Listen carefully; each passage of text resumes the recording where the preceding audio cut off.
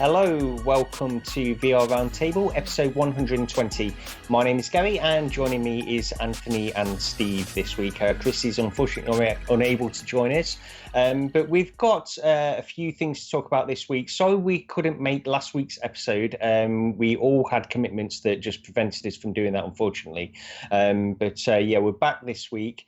And before I pass it over to the other two guys, I did want to quickly mention another unfortunate event is happening. So next week it's Easter, and we've all got things that we've got to do next weekend as well. So there won't be a show next week. I wanted to hit this straight at the top of the episode just to make everybody aware. There won't be an episode next week, but then we will be back pretty much continually following that week. Just to make everybody aware of that. But Anthony, how are you this week? I'm doing good. Everything's going well. Lot of games in the last couple of days, so I'm looking forward to talking about them. Excellent. Yeah, Steve, you've been on a bit of a trip the past week or so. How are you? I'm good. A little jet lagged. Was up at like 4 a.m., but it gave me a chance because I didn't come home from Europe till late yesterday. I landed here in Louisville at 8 p.m. But waking up to crack of dawn and being on the wrong time zone, it let me jump into some of the games that released this week, or that we got access to this week as well, that I didn't have a chance to play. So everything works out in the end. Yeah, we've got some good titles to discuss this week, so we'll be getting into that very shortly. In fact, I think we're going to start on games this week just to mix things up a little bit. So I guess we can get back into the show now. So thank you to everyone joining us in chat, and thank you to everyone listening as well. Feel free to comment and leave a like or review on the podcast service of your choice. That would be very much appreciated. Okay, well, let's get into it. So what I'll do, because I want to talk about Nintendo Labo, but let's go through some of these bigger games that have been released these past week and a half or so, because I think these are the most interesting to people. The first one I'd like to get into is Vacation Simulator. Obviously, a sequel to Job Simulator that was released shortly after. I don't actually remember exactly when Job Simulator was released. It was released shortly after launch of VR, or actually on launch of VR. I'm not 100% on that. It was a pack-in. Oh, it was a pack-in. Okay, yeah. So Job Simulator is one of the bigger titles. It was one on the lead up to like the Vive and the Oculus Rift release. There was a lot of people that were demoing this title at various events and trying it out. And it was one of the first titles that I wanted to get into when I first got my HTC Vive, because you've seen so many people playing it, Tribal Instincts and stuff like this. So when the Vive was released, this game was launched. But all of these people were playing it. It just looked like a good interactive little experience. So there was a lot of hype on it originally, and that's really where I went into it with that in my mind. So this is by Alchemy Labs. It's for $30 or £23.79 over here in the UK, and this is the sequel. So Vacation Simulator opens it up a little bit. And it's very familiar. If you play Job Simulator, this is a very familiar game. Steve, I'll go over to you first. I don't know how much time you spent on this one, but give us your initial thoughts on this. It's Job Simulator. It feels like Job Simulator. On the surface, a lot of the mechanics, just the overall vibe, the comedy, the total feeling feels a lot like Job Simulator, except you're on a beach or on a countryside and stuff like that. So that's on the surface. I think deep down, though, I think the game is different because this game has you collecting memories. You're on vacation to make memories, and you collect these memories to unlock other portions of the game. And in Job Simulator, and it's been a real long time since I went into Job Simulator, but from what I remember in Job Simulator, right from the onset, you could choose if you wanted to be the cook or work in the office and all that, like from the get-go. So this one sort of shoehorns you in. Like when you boot up Vacation Simulator, you're gonna have to go to the beach. Now, it's not a bad thing. The beach may be the better one. I haven't spent as much time in any of the other areas, but just sort of high level on the surface, feels like Job Simulator, plays a lot like Job Simulator, with one of the big difference being the memories and having to unlock other content.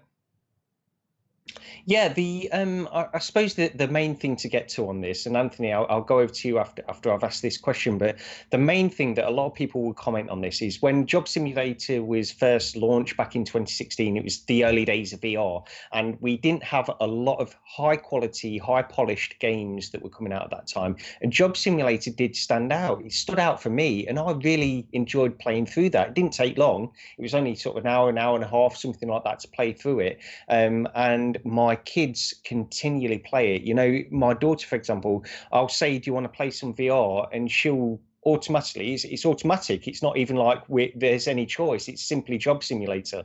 She'll choose the kitchen or the garage, and that's her definition of VR, honestly.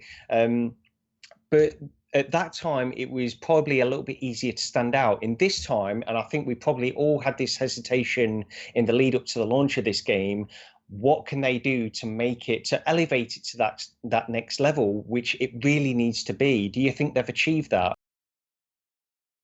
Initial thoughts on Jobs Vacation Simulator? Yeah, I mean, it's weird because you hear other people talk about this game and they kind of rant and rave about different aspects of it. And when I hear them talk about it, what they're saying is valid.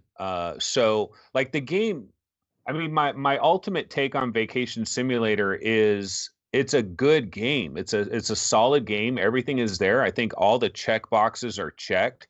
It's got good graphics, good sound effects. It's got good voiceover.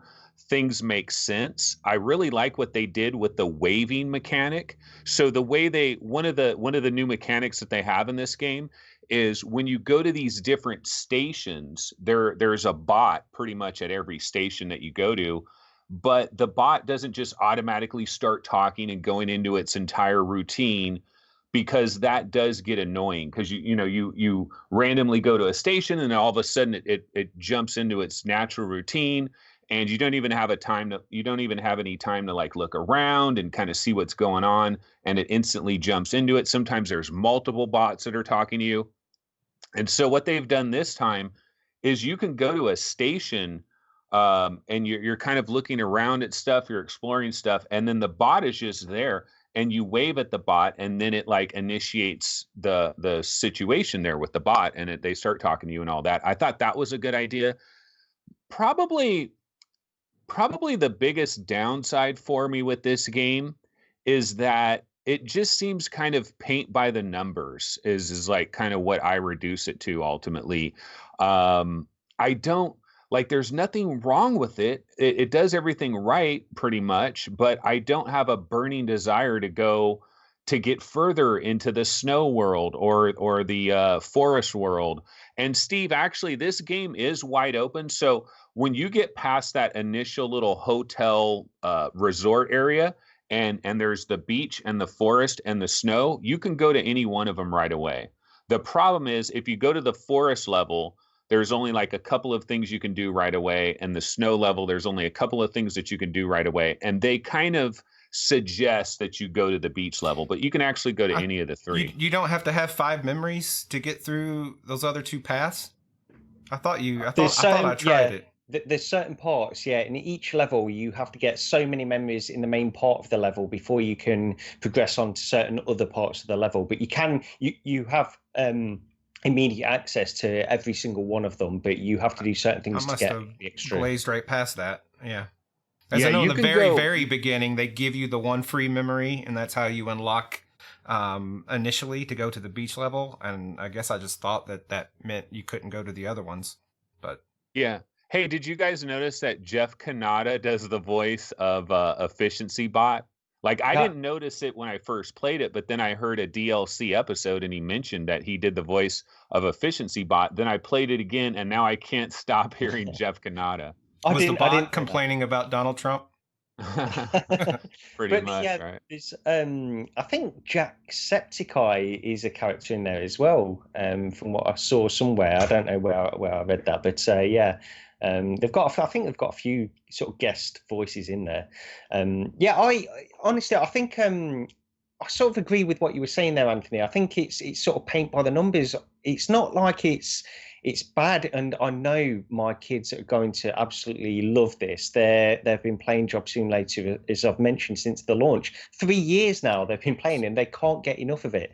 But this is just adding more of those kinds of things, and they have made it different in some ways. And I think the levels that you go into, so you only have 3 levels on the kickoff with this game, and in the original Job Simulator you had 4 things to play with, but I think the levels are far more, there's more to do in each of these levels, but they're very menial tasks, and that's the point I want to get to. With this game, it's almost like I get just exhausted of doing these menial tasks, which are very similar in each area. So in one area you have to catch the butterflies, in another area you have to catch the dragonflies. It's the same thing. And while I guess this game's just not designed for me. I think that's what it comes down to. It's more designed for a lower age group, maybe. Look. I've been kind of saying that about Job Simulator for years, and you guys were pretty high on it. Like this is, I think Vacation Simulator is exactly what Alchemy intended it to be. I think they hit their mark. I think they accomplished exactly what they were striving for. But I've always felt that with Job Simulator, that it was, while it had the humor and all that, it was relatively just a motion controller, pick things up and play with them, sort of just tech demo. And I really don't want to reduce it to that. I'm not harping on Alchemy in any way, because I think they know what they're doing. They've set out, and kids love and eat this stuff up. But from my perspective, like, I was sort of bored with Job Simulator after like 15 minutes. Like, I didn't even try all the different jobs. And Vacation Simulator interests me more just because of, you're on a beach, and there's one part where you can go underwater, which of course I love being underwater in VR. But in general, it's that same formula. Your kids are going to love Vacation Simulator if you haven't had them play it already, Gary. Mine will as well. And that's what Alchemy was striving for. So I'm not critiquing Alchemy in any way. I'm just speaking from my perspective and the things that interest me, that it is sort of mundane, and that's the formula though. No, yeah, I agree. I think you're right. It's just that back when I first played it, I played through the whole lot of Job Simulator. I wasn't like you. I didn't want to give up after 15 minutes or stop playing. I wanted to progress and just see everything, because this was the highest quality, really. I mean, it was one of the highest quality games that we had at that time. And that's the point, really, for me. And it's not like I was going into this thinking they're going to elevate their game and to the point where it's going to appeal to me now in VR or anything like that. So I suppose from that point of view, I'm being a little bit too harsh on it. And I do agree that this is aimed for a lower age group, and it's fantastic. What they're doing is really good VR. I don't have any complaints with them on a personal level, and it's just really me commenting that this is not for me now in VR. I suppose that's my only point. I still had fun with this. Like the parts that I did play, like I feel like we're coming off very negative, and I don't know that like that's accurate. I think what we're saying here is, like, it's not the greatest thing ever. It's a good game. It does what it's trying to do well. But like when you're in that initial resort area, I liked that part. You go into the bathroom, there's a mirror, you get to see yourself in a mirror, you go into the bathtub, you turn the water on. It's just kind of this thing where it's just experiential. You just kind of go with the flow of it. You go into that other room, there's a little TV there, you turn the TV on, you get the radio, you walk around with the radio. They do pretty good 3D sound effects, especially, like, do you guys notice when the bots come over to you, and then when the bots leave and they go, and they fly away, it like has good 3D audio from that standpoint. There's like some little games that you could play on like a little fake Nintendo console that's kind of in there. Lots of little things to find. You have a backpack that works very well. You've got a camera in the game that takes little Polaroid snapshots that works great. You got a little video, like there's lots of cool things that you can do with this. And I think everything, there's like, I can't really say anything's horrible about it. I just feel like, I don't know, I feel like it's missing the soul of the first one. But that might just be the first one was unique. I never had an experience like that ever before. Then we get Rick and Morty, then we get this. And so it's like, yeah, I know what this is. And maybe the first one, see, unlike Gary, I wasn't excited about the first one at all. I was like, what is this little kiddie game they threw in here with freaking Tilt Brush and Fantastic Contraption? That was the original bundle. You got Job Simulator, Tilt Brush, Fantastic Contraption when you bought your Vive at the very, very beginning. And I didn't even trip on Job Simulator. Like, I was playing Fantastic Contraption. I was screwing around with Tilt Brush. I maybe tried Job Simulator one time, didn't really think much of it. Then I got back in it and I was like, whoa, this is way better than I ever thought it was. It's got this cool comedy vibe. Everything is so interactive. You're picking up donuts, you're eating them, you're stapling things, you're doing little things on the computer, you're checking your emails on the computer. Like, how far does this rabbit hole go?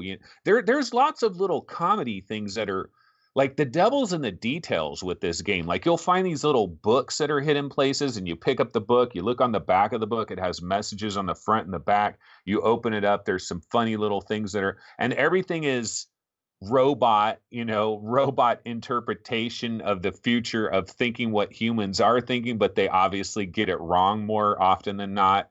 And there's good comedy. I mean, I know it sounds like we're really negative on it. It's not a bad game. I just feel like for most people out there that are in our age group, you probably want to wait for a sale, maybe, unless you're just like, if you just love Job Simulator, you got Rick and Morty, you ate it all up and you just can't wait for more, then, it's $30, which I think that's what Job Simulator was for a long time. And now it came down a little bit. Yeah. I just want to second that what you said, just to go on record with it. From my perspective, it's not a bad game. It's done really, really well. Alchemy knows what they're doing. It's polished. It's hard for me to get excited about it due to the gameplay loop, which is sort of simple. But everything else about it, super polished, super, super well done. I would say more to, like, I feel like it's the VR veterans that may have an issue with a game like this, because we're over the excitement of being entertained by just being able to squeeze a trigger and pick an object up somewhat. And so, but I think if you look at all the people that are still, trickling into VR, then, it's a title that will be great for them. If you have kids, it's a perfect title. If you have kids, like, they're going to eat it up. So there is a community that, really wants this game, and it delivers. Like, it is, I couldn't expect anything more from a vacation simulator title, the makers of Job Simulator. Like, I don't know what else they could have done. So they've delivered. They've checked all the boxes, hit all the bullet points. It's just, what does it mean to people like us? Exactly, yeah, and I think that it's a little bit unfair of us to judge it on the level that we are judging it on, because we know the people watching this show live, or people that are probably listening to this, are VR enthusiasts. They're not necessarily the target audience for this game at this point in VR. So we're trying to bridge that gap by judging it on that level, but also acknowledging the fact that this is probably more suitable for your kids. If you're a VR enthusiast, you want to get your kids in, then it's a great game for that. And again, yeah, just to acknowledge what the other two guys have said, I agree. I think it's not doing anything incorrectly or badly. It's a really good game, but it's limited in certain ways, which will appeal to a certain market, I suppose. One last quick thing I'll say before we move on to the next game is, if you're interested in Vacation Simulator and kind of what Alchemy Labs did and all of that, check out the most recent episode of Voices of VR podcast, because they talk to like two of the main guys there at Alchemy Labs about making this. And when I heard that, it actually made me want to play the game more. That they were talking about how they did the hand waving thing and just some of the little basic things that they do, and all of the things. Like, there's so many things that could go wrong in this game, and they have to like figure all that out. And so there's a lot more that goes into the making of something like this than you might think. It's just a good podcast to check out if you want to know more about it. Before we jump off of this, Strong Pillow in chat in chat mentioned it's the perfect Quest game, and I was out of town for work, so I was sort of in and out of the news this week. Did it get confirmed that it's coming to Quest? Yeah, but you know what? It's coming to Quest later this year, but Job Simulator, the original, is going to be maybe right at launch for Quest. So, but to Strong Pillow's point, is that it's a perfect Quest game, and there's going to be people with the Quest. Ideally, that's Oculus's intent. There will be people that get a Quest that have not played Job Simulator or Vacation Simulator, and may be experiencing this type of content for the first time. So, some of that has to fuel what Alchemy was doing when they laid down the path of creating Vacation Simulator. Yeah, and you also said it's perfect for kids, but you know what? It's also good for like grandma and stuff like that, because I mean, how many people put like their mom or somebody in the little cooking thing of Job Simulator? It's good for that. I put my grandma in Fallout 4 and Elite Dangerous. She picks it up, no problem, no learning curve. Okay, well, let's move on from that then. I did want to quickly thank Andrew King and also Robert Stonechak for their super chat contributions. Very much appreciated. But the next game we want to get into here is Ghost Giant. This is by Zoink Games. It's for $20. I don't know the UK price on this one, unfortunately. I guess around £15. But this is a PSVR game at the moment, although I believe I read somewhere that it's a timed exclusive, so it might be coming to PC at some point. And yeah, this has been a big release this past week because it's been getting a lot of coverage in IGN and some of the mainstream games media outlets, really. So it's all good stuff. Steve, let me go over to you first on this one. So Ghost Giant, I don't know how much time you spent on this one. What did you think? Oh, I thought it was super cute, super adorable, charming. I thought the graphics were really cool. It's on PlayStation VR, so I would actually love to see this on PC, see what it looks like when you get past the resolution limitation of PlayStation VR. But it's got an art style that reminds me of this PlayStation Vita game that came out a long way back. I think it was called Paper.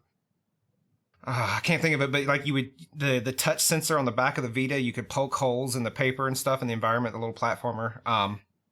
But I really, really, really love stuff that looks like this. Astrobot, Moss, Ghost Giant is like right in the camp of in terms of charm and feeling and presentation as all of those games. Now the gameplay, if I'm going to put in a category with Moss and Astrobot, the gameplay, it's a puzzle.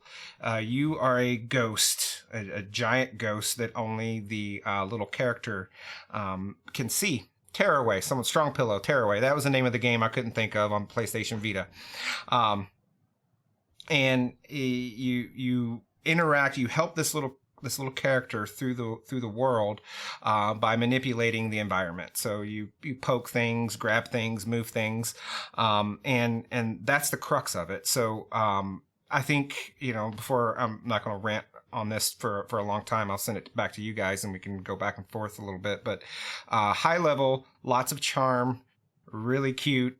Graphics are great. Presentation is awesome, super polished. But in the same way, in what we just came off of Vacation Simulator, it feels a little simple. Like I at no point have I struggled with any of the puzzles, and in my mind I'm thinking that this may be another game that will entertain my kids more so than me.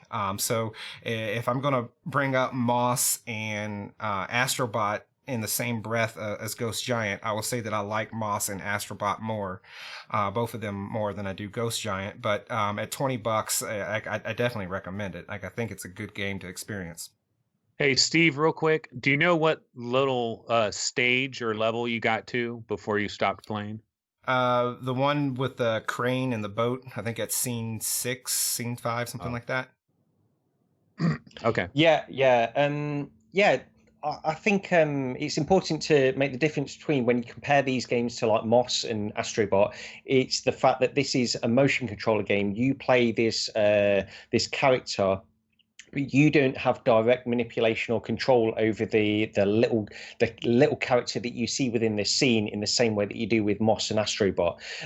So the game is different. I mean, it really is different to those types of things. It's similar in the sense that you have this diorama scene that you compare into and do various things, and it's similar to Moss because very similar to Moss. In fact, in terms of the aesthetic, you appear as this kind of ghost which is blue in color, and you can manipulate various things in the scenery, but you don't have that direct manipulation and control of the main character, which you're observing really in the same way as Moss. But the game, so it's based around sort of little puzzles, and it's almost like an escape the room game. You have to work your way through each of these little individual puzzles, and then you'll move on to the next scene.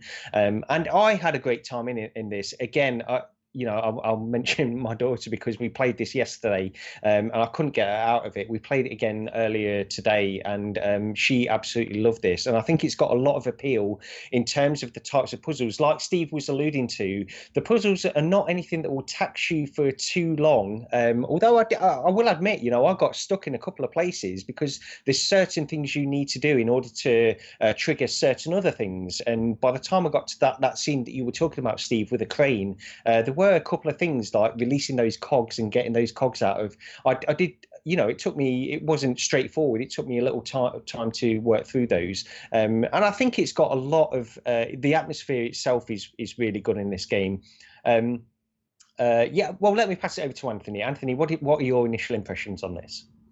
Yeah, well, going into the game, I got to admit that my expectations were probably skewed a little bit from hearing Upload VR's review and Push Square's review. Like this game has gotten like 9s out of 10s, and some people have ranted and raved and said like this might be the best PlayStation VR game ever, and things like that.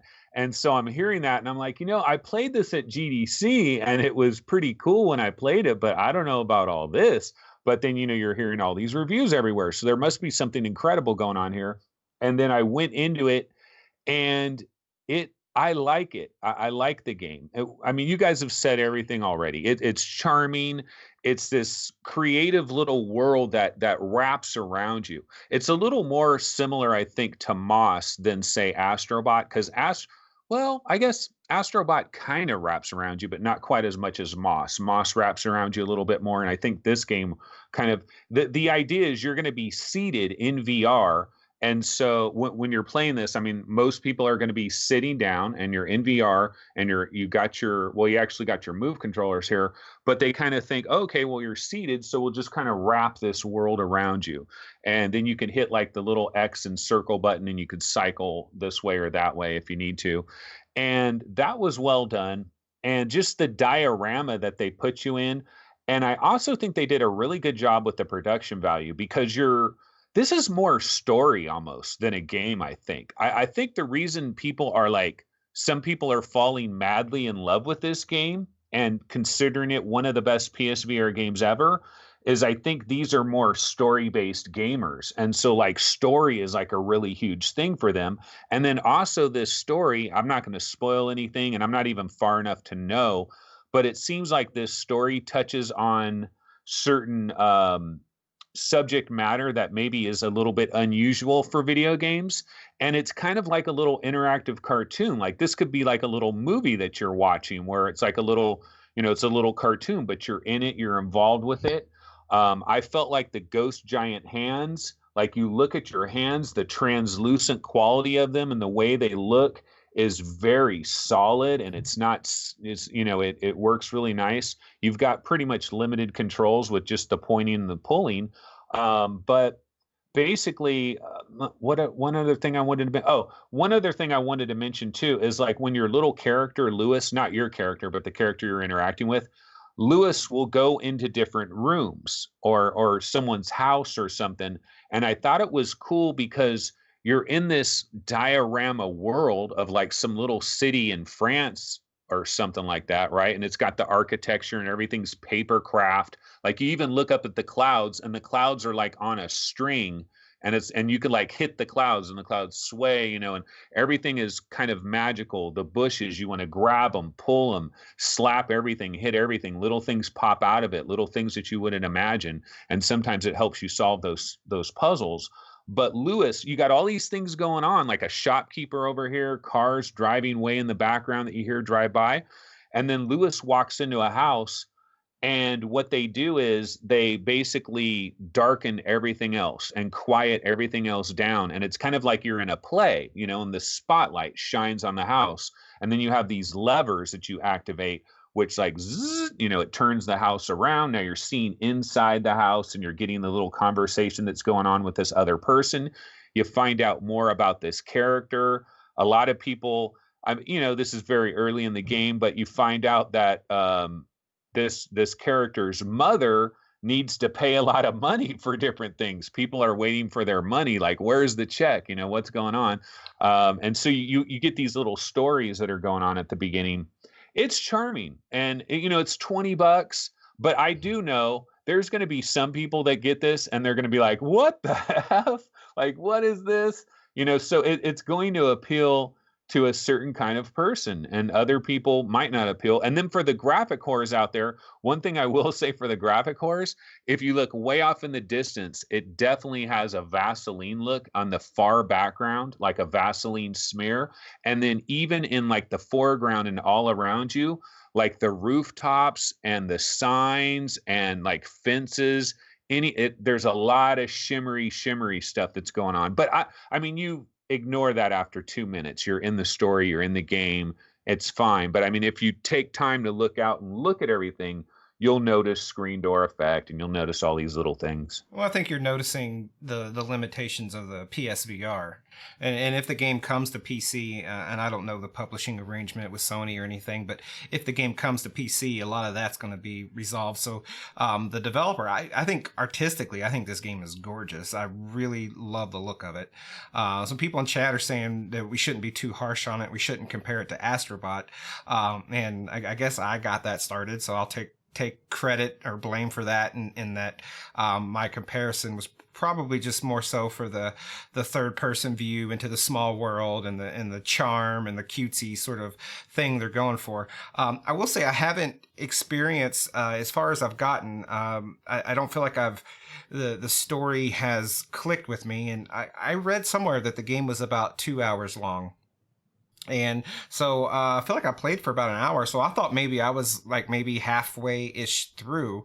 So maybe there's more story, you know, the emotional tugs at your heart that a lot of games and content can do that maybe I haven't seen, that will make me feel a lot more positive and may push me into that 9s and 10s review sort of territory. Like right now, I still think it's really good, and it's only $20. Like if this thing was $40, I'd feel different about it. But at $20, even with as much as I played, I think it's an absolute buy. Like I think it's really good. So I'm not saying it's bad. It's just for me, it's more in the 8 than a 9, you know, out of 10. So maybe as I finish it, and I'm definitely going to finish it, maybe it'll cross into that 9 or 10 category. Gary, how far are you, since you said you played it a long time with your daughter? Yeah, no. So she played it. We were sort of taking it in turns, my daughter and my son as well. So we're only actually on around scene 7, I believe, something like that. So only sort of a scene or two after where you are, Steve. But that was one thing I wanted to hit on. Anthony, what point are you in this game? Because one of the things. Yeah, go ahead. Well, I could tell you exactly where I am. It might be like minor spoilers for people that haven't played it, but I'm not as far as you guys. Like I'm on level 4 or 5 or something. Okay, so I'm at this part where there's a bridge, and there's like these non-conformists, like 3 characters that are on the bridge, right? If you listen to what they say, they're awesome. They're like talking about things being bougie and stuff. Yeah. And she's like, wait, am I in love with this guy this week or the other guy? And the other guy's like, you're not in love with either of us. And then so there's this house. There's a house that's right near that where it's like a painting thing, and you see painting stuff. And I see something coming out of the side of the house, which I know I have to do something with that puzzle. And there's a paintbrush and a bucket, and there's like a motorcycle that has smoke coming out of it. and I've done a million. I don't know what to do. That's where I'm stuck. But one thing I'll mention just in terms of being stuck and like puzzles is somebody will say this is 2 hours, but I don't know. It's up to the individual person. You know, it might be 2 hours if you're just hitting each puzzle and you don't ever get stuck in a puzzle. You get stuck at a puzzle, it might be a lot longer than 2 hours because I've already been stuck at a couple of puzzles. There was one puzzle where you tickle the character. And so I tickled the character and I tickled the character, but nothing happened. And then so I was like, okay, well, I tickled the character. I guess that didn't do it. So then I'm looking around the level trying to do other things.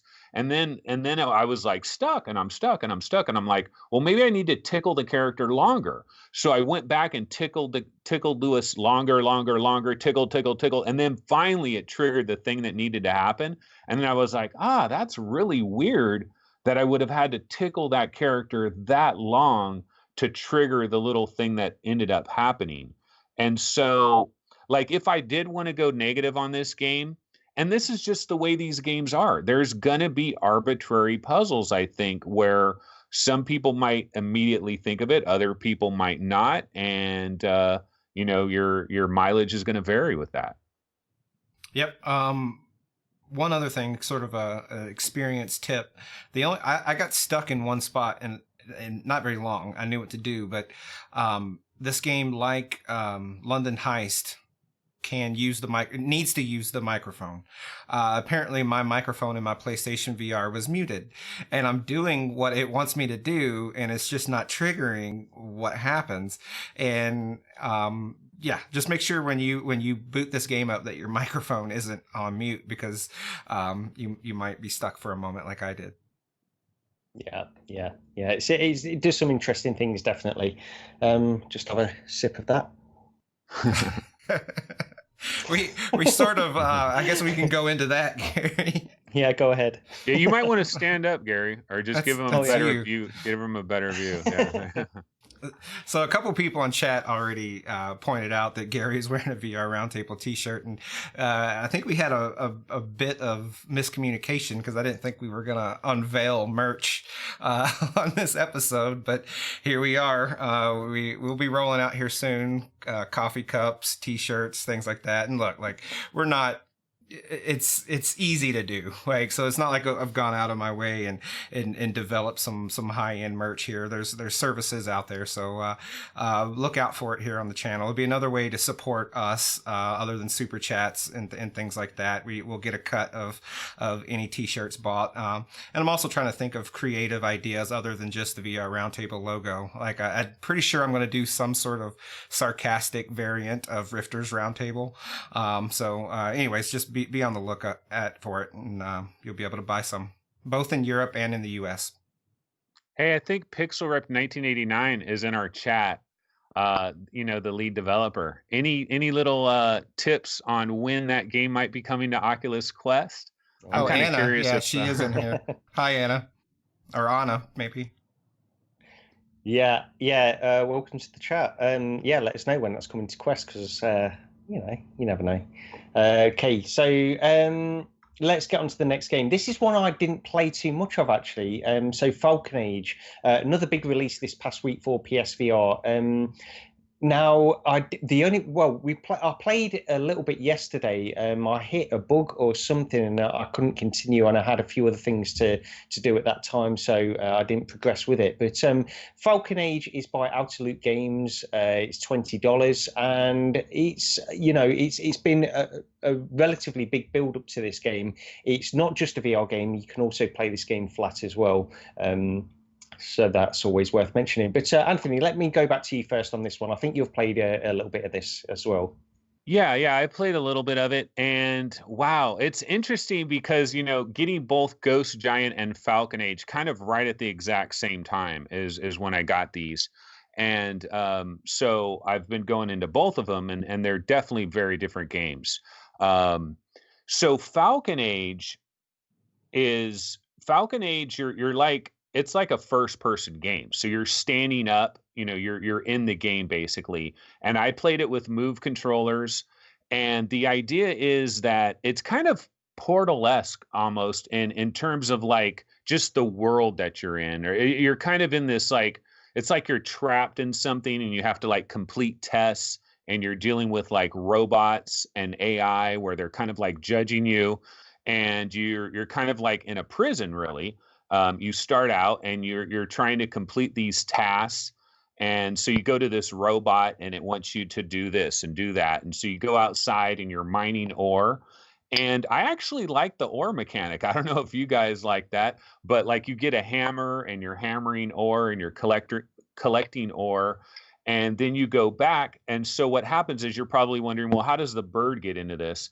So there's like a large falcon with a baby bird, and they're kind of like living in this window near your jail cell, like up higher in the jail cell that you're kind of occupying basically.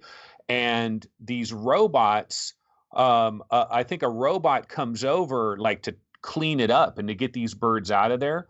And the robot like is almost going to mess with the baby bird, and so the mama bird is like, oh hell no, and like dive bombs a robot and attacks the robot. But the robot explodes. I mean, spoilers, this is very, very early in the game. This is the very beginning, just so you know how you get your bird. The robot explodes, and so mama bird, poor mama bird. And so the baby bird is there, and you pick up your little baby bird. And this game is adorable. You get your little baby bird, you bring it up, you're looking at the baby bird, and you can have two move controllers. You have your move controller. So you're holding the bird in one hand, and then with your other move controller, you can like take your hand and you can like kind of feather the bird a little bit and pat the bird and be like, oh, a nice little baby bird. Now, one of the problems that I had with this game, and I'm having it throughout everything that I've played, and this is a PlayStation VR problem, but it's kind of on outer loop games a little bit, in my opinion, because, you're making this on PlayStation VR. You got to understand this. I believe this game is going to be coming to other platforms. And if you can wait, I think you might have a better experience in other platforms, to be completely honest, because here's the problem I've been having with Falcon Age. A lot of times this game wants you to bring your hands up here for things. Well, you bring your hands up here, and then what happens? You're blocking your freaking headset. So I had a lot of weird control issues in this game. The other problem is okay, so when you first start out in the game, you're like teleporting around for the most part. And then you can go into your options and you can turn teleport off, and you can choose smooth locomotion.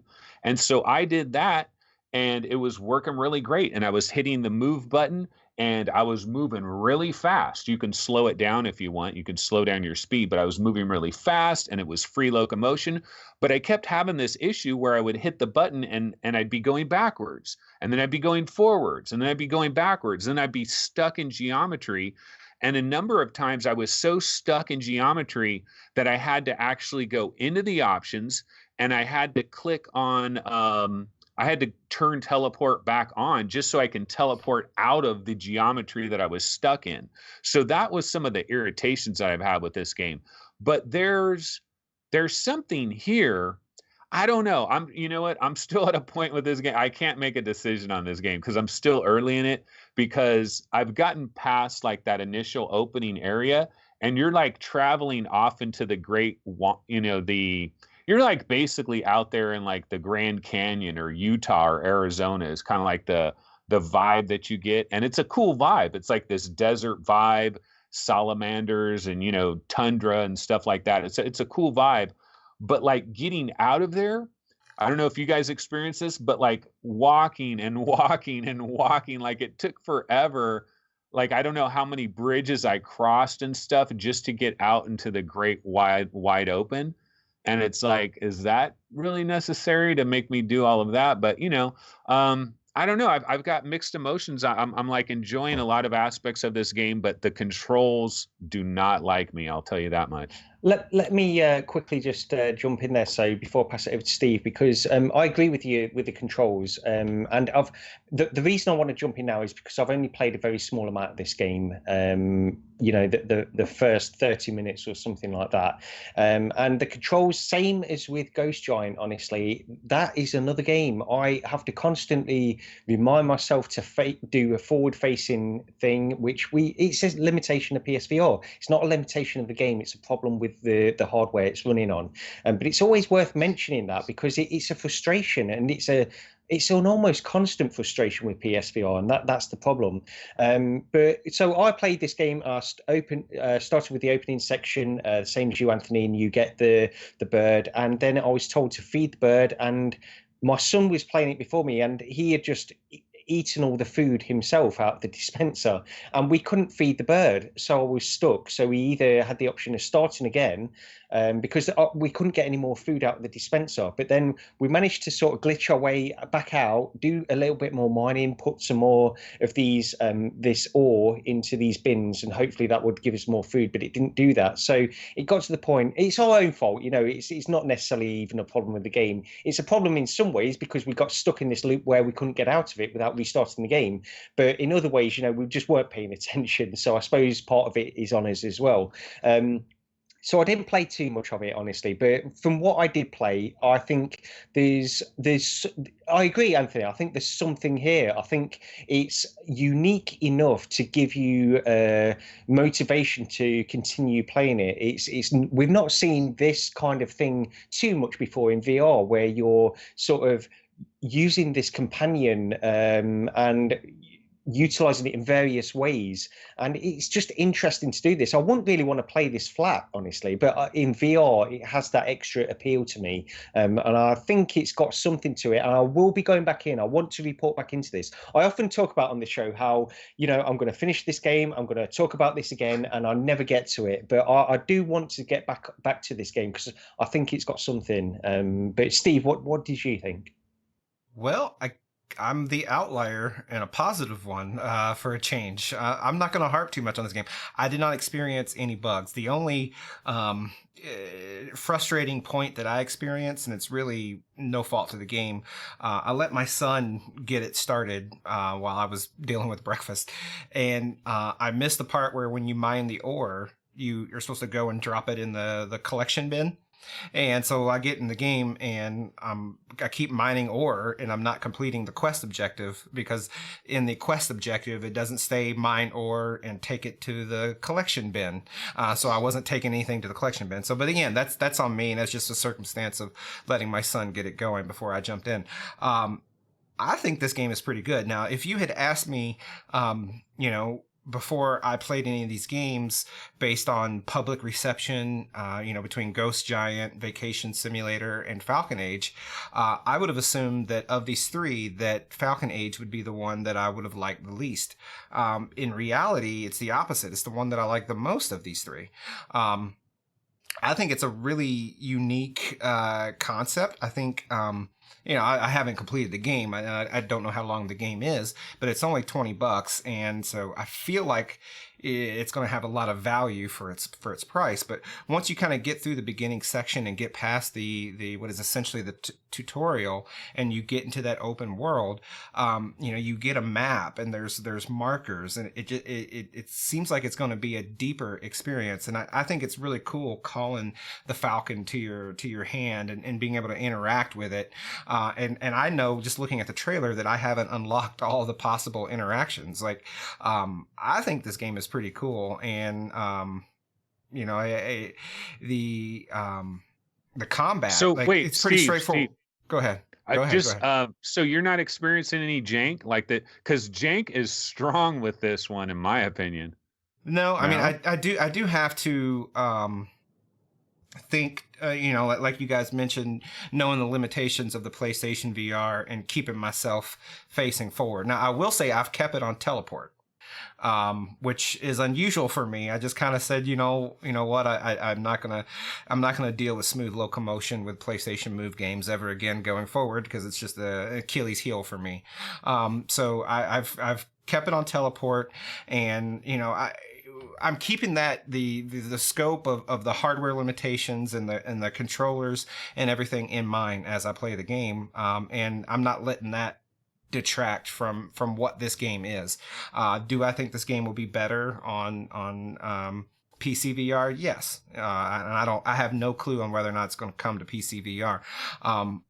But in talking about the game itself, I think it's unique enough. I think it's doing something different, and it's just purely about the Falcon. If I'd had a bow and arrow instead of the Falcon, I would be like, yeah, this game's kind of so-so, and it's not a big deal. But I think it looks good. I think there's enough of a story there. There's some voice acting. It's not overly done like a full-on AAA major game would be. The combat is straightforward, but the Falcon being able to hit and then you kind of go in and finish the enemies off with melee. I think this is a good game, and it's only $20. We got to keep that in mind. It's a brand new game, and it's only $20. That means in the not so distant future, it's going to go on sale for probably $15, maybe $10, and I think it's pretty damn cool. So of the three kind of main games we've talked about, Falcon Age, Ghost Giant, and Vacation Simulator, this is surprisingly, and again, I wouldn't have predicted it coming into playing these titles, that this is my pick of the lot. Oh, good stuff. Yeah. Yeah, I mean, I'm not negative. I mean, I'm negative on the jank. I'm not negative on the game. I like the game. But, one of the things that Steve mentioned here is like you call your Falcon, like to call your Falcon over to you. It says, put your hand up to your face and block your headset lights. I mean, it's basic, like put your hand up to your face and, you just blocked your headset lights. And now it's like janky and things are like, there's a lot of jank, man. I haven't gotten to a point where I've had to bring both hands to my face. Is that like a some different type of Falcon call? Like you bring one? No, it's you just kind of bring one up. But, yeah. And I don't go all the way to my face. I just kind of get it, it just whistles. So I don't know. But I do have. Where's your camera pointing? My camera is up high, pointing down. And I also play this game standing. I didn't do it sitting. Yeah. One of the things Gary said, and I did want to comment on this, but I wanted to let Gary finish his thoughts, and then I forgot about it. But Gary, a little bit earlier, he mentioned that PlayStation VR tracking. This is what you have to deal with. And I kind of disagree with that because I've had a lot of PlayStation VR games where I didn't notice any problems with any tracking. And it was a smooth as silk experience. And I didn't have any of the jank that other people have experienced. Because one of the things I've noticed a lot of times around the internet, Reddit, different forums and stuff, people talking about, PlayStation VR, the camera is awful, the tracking is awful, I can't play that game, it's a busted experience. And it's always made me like, what's going on with these people's setups that's not going on with mine? Because I've had perfect experiences with PSVR where everything worked flawlessly. And so, because Gary was saying, well, I'm not going to put this on Outer Loop Games because it's a PlayStation VR problem. And I'll say, yeah, but also I've seen other games where everything was freaking flawless. So something about this game, they keep, like, even when you get into the menu, for example, you open up your menu in this game. When you open up your menu, you hit the button, the menu goes up here. And to change something in the menu, like you can't keep your hand down here and aim for the like objectives and options. You can't keep your hand down here and do that. You actually have to lift your hand up and point to the individual things. Once again, where are you raising your controller to? You're raising it in front of your head. You're blocking camera lights in the front of your head. Developers need to understand, do not block your head, period. You want to talk about a limitation for PlayStation VR? That's the limitation. Do not design a game with elements where you're putting your hands up here because everything goes wonky and it's frustrating as hell. I like Falcon Age. I like this game. I'm gonna fight through the poor controls, but one thing I am gonna do? I'm gonna do a let's play for this game, and it's gonna be a let's play where I talk about the shitty ass controls. Hopefully it won't be shitty when I do it, but if it does, I'm gonna talk about all the problems with the controls, and I'm gonna say, hey, watch this video and tell me I'm lying because my hand is like going off over here, it's going off over there. Can you play this game on DualShock? Because I assume you can if it's just a flat game as well. So maybe you can do that in VR. I don't know. At some point, wasn't Sony saying that all PlayStation VR games, they weren't going to force you to use the Move controllers and all that? But I have to imagine they've abandoned that notion because Beat Saber with a DualShock sounds awesome. Yeah, that's true. I will say, like, to Anthony's point about controllers coming to your face, I'd say that extends past PlayStation VR, because most headsets, I believe, going forward for the most part, are going to be inside out, and that's the same problem. You know, you bring the controllers and you get too close to the cameras. But it's also a limit when you think of a game like Creed, where you sort of need that mechanic. You need to be realistic like a boxer and bring your controllers up. So I don't know how they get around it. And this is just it's motion controllers are great. Everyone loves motion controllers in VR. It's amazing. It's awesome. But there are costs, no free lunch, and this is the type of thing that comes with it, because in the real world, when you're doing things and interacting, sometimes you bring your hands close to your face. The thing is, yeah, PSVR. So whenever I play a game, whenever I think I've got to use the PSVR motion controllers, the Move controllers, my heart sinks a little bit. I've got to be honest, and it's all like these games this week, Ghost Giant, Falcon Age, both use the Move controllers, and I love PSVR. I love playing a lot of these games with DualShock. Most of the time when I have the option, I will play with DualShock on pretty much any PSVR game, because I really dislike the Move controllers. They're not fit for purpose, in my opinion. And again, I've said this numerous times, that the further I go on, the further I use them, the more I think they're not fit for purpose. We'll see. And I think we'll be getting a PSVR 2 at some point anyway, so hopefully they'll completely change the tracking method they're using. Can you imagine how much better and how close Sony probably could have been, except they had that infrastructure with the existing camera and Move controllers out there? They were probably very close to being able to pull off an inside out. And if PlayStation VR had inside out tracking, it would have been a much, much better experience. Even with the same Move controllers, it still would have been a better experience, I think. Hey, Gary, real quick, in chat, Kev Gret says red matter equals perfect PSVR tracking. Did you ever try red matter on PSVR? Yes, I did. Yeah, I think that might have been a game where you had the option. I'm sure I would have tried it with both Move controller and DualShock if you had the options to do DualShock. I'm not sure. It was a long time ago, so I can't remember that specifically. But one point I wanted to hit on is that I do have my camera placed up high as well, because that is a big deal, and it just separates the tracking method. But I don't know if there's any difference, like, because all of these games must be built on the infrastructure of what PSVR is offering in terms of tracking. The games themselves are not necessarily doing things other than the things you alluded to, Anthony, like placing menus in the correct location so things don't get blocked. But they must just be built on just a pipeline of tracking that Sony have set in place anyway. So I don't see there being one game being exceptionally good tracking, another game being exceptionally bad tracking. But there are. That's the problem. There are. But why would that be? I don't understand why that would be, unless they're doing specific things like the menu placement and stuff like that. I can understand that, but other than that, why would certain games have better tracking other than processing? Play testing. I've heard that. I've read. I shouldn't say that. I've read that. A differently loaded game that may task resources higher can impact tracking, so that you, and I'm speaking specifically to PlayStation VR, but I'd imagine it matters for Quest and Go and other platforms where your resources are limited, but unless it's offloaded and is in sort of in a dedicated lockdown part of the SDK and the tool set, developers may have to balance the resources dedicated to tracking versus dedicated to run the game they've created.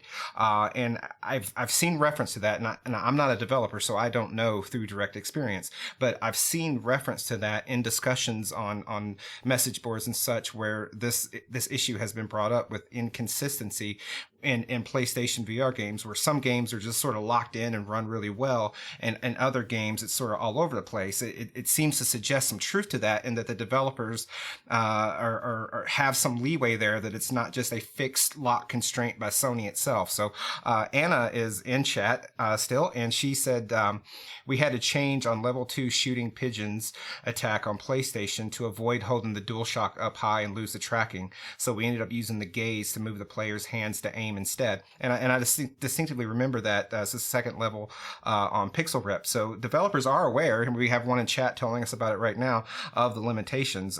We'd be very curious if there are resources at the system level that can vary between some content that somehow more higher end games may steal resources from the tracking overhead.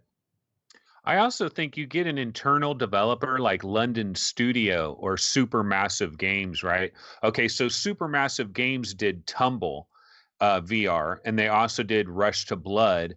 And both of those, you're using Move controllers, never had a problem with either one. London Heist on PlayStation VR Worlds, you're using Move controllers. I had no problems.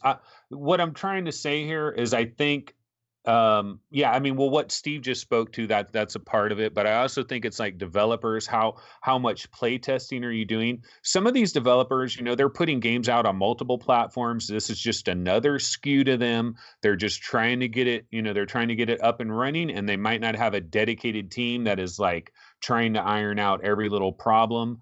Camera placement is an issue, but I've always thought that, I mean, I've always been pretty adamant about proper camera placement, and I usually have good results there.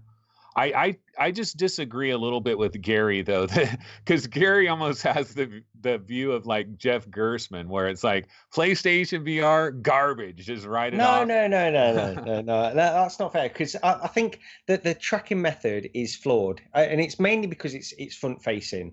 Most of the time, I have okay tracking, but it is flawed, and there's always a slight delay with Move controllers and stuff like this. Whenever you just rotate them, even they're based on old technology, and it's not fair for me to sort of just say that they're all of the games that are using Move controllers are not good, because that, you know, it's not fair. And it does make sense, I suppose. It's certain games, if they're making priority over certain other aspects rather than tracking, then yeah, that does explain it, I guess. And I didn't necessarily think of that immediately, so that does make sense.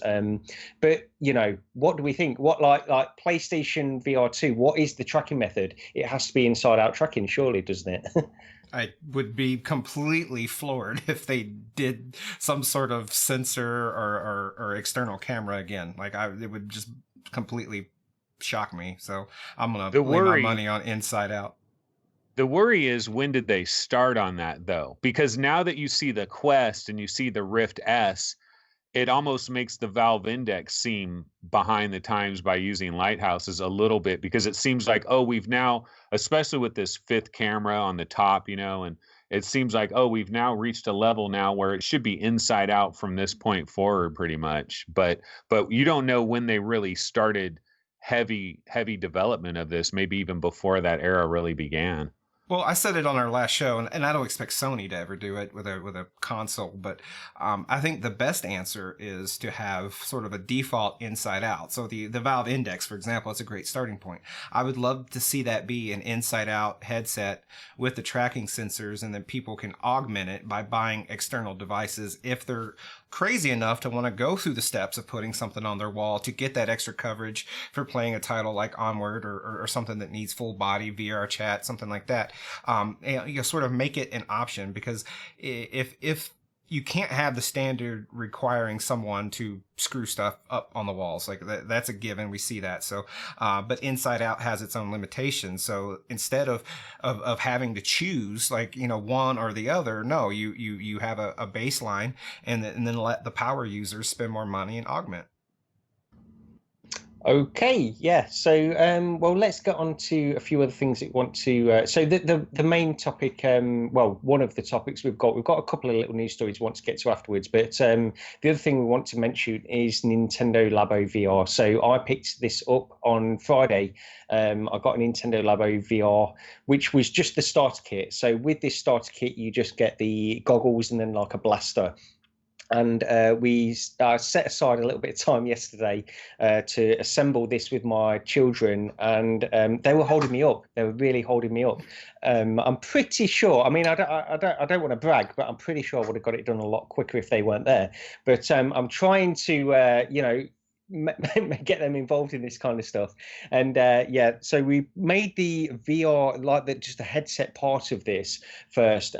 Apparently I've heard that the blaster takes a long time to build, so we've not even attempted that yet. We didn't get to that point, but there's a lot of games on this. Pretty straightforward. So you follow the video on the Nintendo Switch, you slot in a game card, and then you just follow the videos to assemble this, and then you're guided through, and then you got these games that are open to you. And the good thing is, you know, I expected maybe like 5-6 games or something like that with this pack, but you do get a lot of little mini games which you can use with the Switch. And this is just actually just the VR headset itself. It's not even including the blaster portion of it.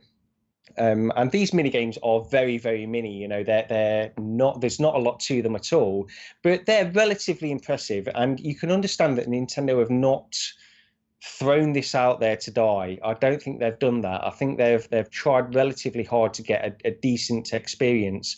The main thing, I don't see why I should bury the lead on this. I think the main drawback is the lack of a low persistent screen on the Nintendo Switch. It makes a big deal. So whenever you move the headset around, you get a lot of blurring on the VR headset, which is all down to the fact that it doesn't have low persistence. And even like the resolution. See, whenever we talk about this, everybody highlights like resolution, frame rate, and this kind of stuff. Frame rate, resolution they're not great, but they're certainly not the worst thing about this headset. The worst thing is the lack of a low persistent screen, and the movement, the blur whenever you move your head in this.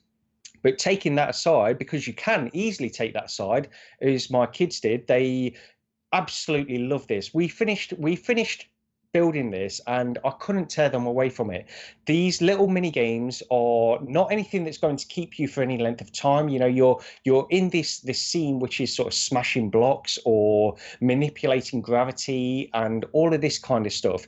And what Nintendo are doing, it's almost like they're aiming for a completely different category. They're calling it VR. This is not VR to me. This is just a fun little addition to a Nintendo Switch that you can buy, and it's great. I mean, it really is fun. It's a great thing that they've achieved, but it's not what I would consider VR necessarily, and that's the difficulty I have when I'm talking about it on VR Roundtable.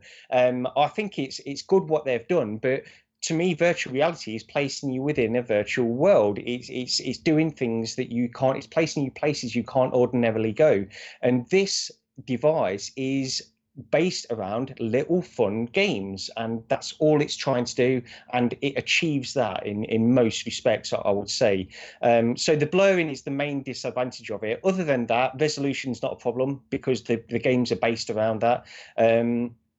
And yeah, pretty much everything else. I think they've done a great job on this, but I wouldn't categorize it as VR. And that probably sounds a bit harsh, but you know, that's just honestly how I feel. So you're getting a lot of questions in chat, and I've not seen anybody cover this and actually get into some of the physical details. So, what are the lenses like? What is the field of view? That's questions coming up a lot. It's a big Nintendo Switch screen. You know, is it bigger field of view than the Oculus Rift? It wouldn't surprise me if it was somehow. So kind of just get into what's all that like. You touched on low persistence, which is a very, very good point that most people I don't think will necessarily pay attention to or pick up on. And in fact, when I heard you mention it, that tells me that it would explain significant blurring, because Carmack has tweeted recently of how the Rift S and the Go are about half the persistence, I think, of the original Rift and the Quest. So just kind of tell us for the nerds that want to know all about the tech specs. Yeah, so the lenses are actually really big in this thing. They are huge. So the lenses are fine. The sweet spot is relatively big. The field of view, it's almost like the same shape. To me, it looks like the same shape as the Vive. When I had the Vive, it's got that kind of oval shape, and it's pretty much the same field of view as the Vive as well, because you've got, like you mentioned, Steve, you've got this big screen that they're working with. So field of view is not a problem or anything like that. And when you take that into account, the fact that the resolution doesn't really affect me as much as I expected it to, I think that's quite impressive, because I think the resolution is not good. But the problem is, as a VR enthusiast, you go into this and you expect what you expect, and you understand that this is a low resolution screen. You understand that the frame rate is not necessarily going to be good, and you go into that with that level of expectation. But when you find that the field of view is comparable easily to Rift and Vive, and the frame rate and the resolution doesn't really bother you too much, then it really comes down to these other aspects like the low persistent screen, and stuff like that. One thing I wanted to say is that like, it doesn't feel like, again, they've not thrown this out there to die. It does feel like they've put a fair amount of effort into this. And this is one of the most interesting things to me. When I consider that they've created this as a Labo device, a cardboard, it tempers expectations. It's relatively low cost. I mean, it's £35 over here. And if you've already got a Nintendo Switch and you've got even a mild interest in seeing stereoscopic 3D representations of games, again, I don't really want to say it's VR, because it doesn't feel like you're in these worlds, because you can't move your head swiftly and stuff like that. But to have this mild interest in this, what Nintendo are trying to push here, I think most people will buy it for £35. Why not, if you've already got a Nintendo Switch? And the other question, I guess you guys would need to try it, but the other thing that I wanted to get onto is this damaging for VR in general, or is it a benefit to VR in general? And this is something that people bring up all the time, like with Google Cardboard. To me, this is neither here nor there. I think it could go either way, honestly, with people that try this. If you have already used a VR headset, even briefly, and then you try this, you're not going to be impressed with it. And yet, other people that have not tried it but are just mildly curious, they don't want to invest any amount of money or any significant amount of money into this, and they try this and they get an understanding of what VR could potentially be, just using a little bit of imagination beyond this device that they're presented with, then I think it could be a benefit. It could be a gateway into bigger VR experiences. I think those kinds of things will be few and far between, and overall this is just, to me, I see this as a small novelty which is not changing my mind on Nintendo's future for VR, where they see VR or anything like that. But it's an interesting thing, and it's very well done for what it's offering. It's very well done, but it's got numerous limitations. So the question that, and I don't have a Switch, so this is sort of not going to be something that I try unless I try someone else's. The investment there to buy a Switch and everything just doesn't make sense for me. But when I saw that they have some small experiences coming to Mario, and that the entirety of Breath of the Wild is available, or going to be available, I know you haven't tried it yet, but knowing how that game is, how that game plays, third person controllers, how do you anticipate that being on this Labo kit? Like, do you anticipate it being something you'd want to play that way, like through the whole game, or what? Like, and do you have to modify it to give it a head strap like MainFan did? Yeah, I didn't know MainFan did do that actually, but yeah, I'll have to check that out. But I think so. What it is, when you play these games in the Switch, you hold it up to your face and you've got the controllers here and you play through. And it's not a great way to play, honestly, but you hold the headset up. Now, when I think about this, like playing through Zelda, so it depends how they've implemented Zelda into this.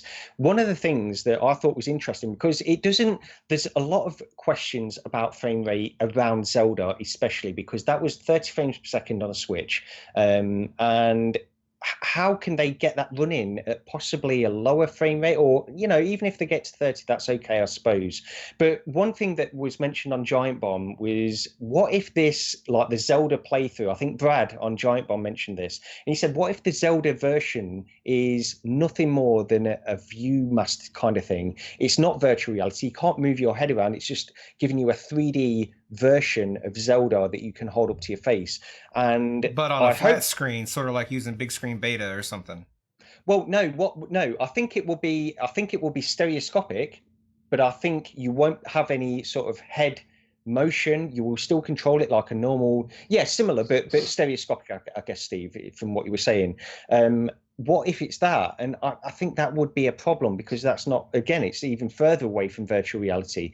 But if it turns out to be that it is this 3D version, a virtual reality version of Zelda where you can move around, I don't think that will be a big problem necessarily. I won't want to play through the whole game in that way, mainly because of how I'm holding this thing up to my head. But resolution wise and otherwise, specs wise, like the field of view and things like that, it won't be a problem. I don't see it as being a major problem from that point of view. But I don't know how long people will want to spend the time in experience like that, when every time you move your head, you're just inundated with blur. You know, it's all the time. So I think that will be a problem. But you know, main fan, if he has attached a strap, because it's heavy, this Switch is heavy, but he's a tough guy anyway, so he can handle it, I guess. But yeah, the fact is, it's difficult to sort of put a strap around and play like that. I don't know how that would work. And also, correct me if I'm wrong, I don't know if the actual IMUs are built into the controller, or if they're built into the Switch screen part, or so if you disconnect the Joy-Cons, whether you'll still have IMU sort of calibration or anything like that. I don't know. But I think you'd probably have to play with the Pro controller, and you leave the little Switch controllers where they are. Because otherwise, like you know how MainFan made that strap and everything. Okay, so he's got it strapped to his head. That's nice. But otherwise he would still have to like keep his hands up here like this. And, you know, after 10 minutes of doing that, you're going to be like, oh, my arms are killing me, you know? So you'd have to have the Nintendo Pro controller. But you know what? My number one question for you, Gary, I'm looking at this trailer here, and I'm looking at the experiences that they're showing in the trailer, and it looks really good. And my question for you is, like, when you look at the video of this trailer, and you've experienced some of these things, do they really look like this? I know you say it's not really VR because you're not able to move your head around, but graphically, is this like accurate what we were seeing here, or does this make it look way better than it really is? Well, I mean, you're experienced enough in VR to understand that whenever you see a screenshot of something like that, it doesn't necessarily look like that in the headset, because you've got the low resolution, and you can add the low resolution onto all of these videos, and that is pretty much how it looks. Yeah, that's accurate, except the only point is whenever they move their head on these trailers, you don't see any blur, and that's my main gripe. That's my main argument with it. It's the lack of a low persistent screen, really.